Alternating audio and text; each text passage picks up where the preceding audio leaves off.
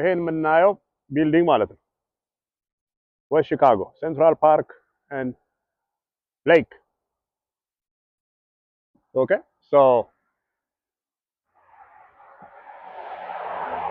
$275,000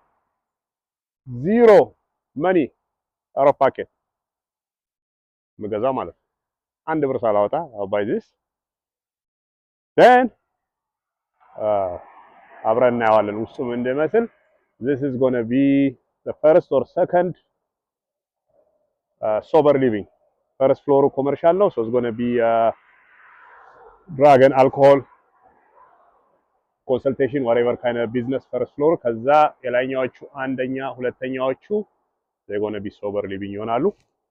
again this one potential revenue 6,000 plus net a month